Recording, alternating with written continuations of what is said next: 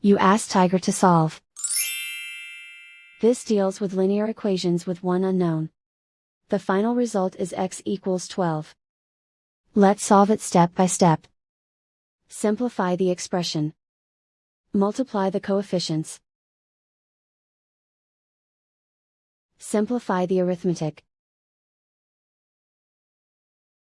Group all constants on the right side of the equation. Subtract 4 from both sides. Group like terms. Simplify the arithmetic.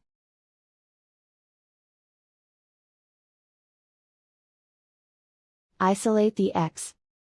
Multiply both sides by inverse fraction 4 over -1. Group like terms. Multiply the coefficients. Simplify the arithmetic.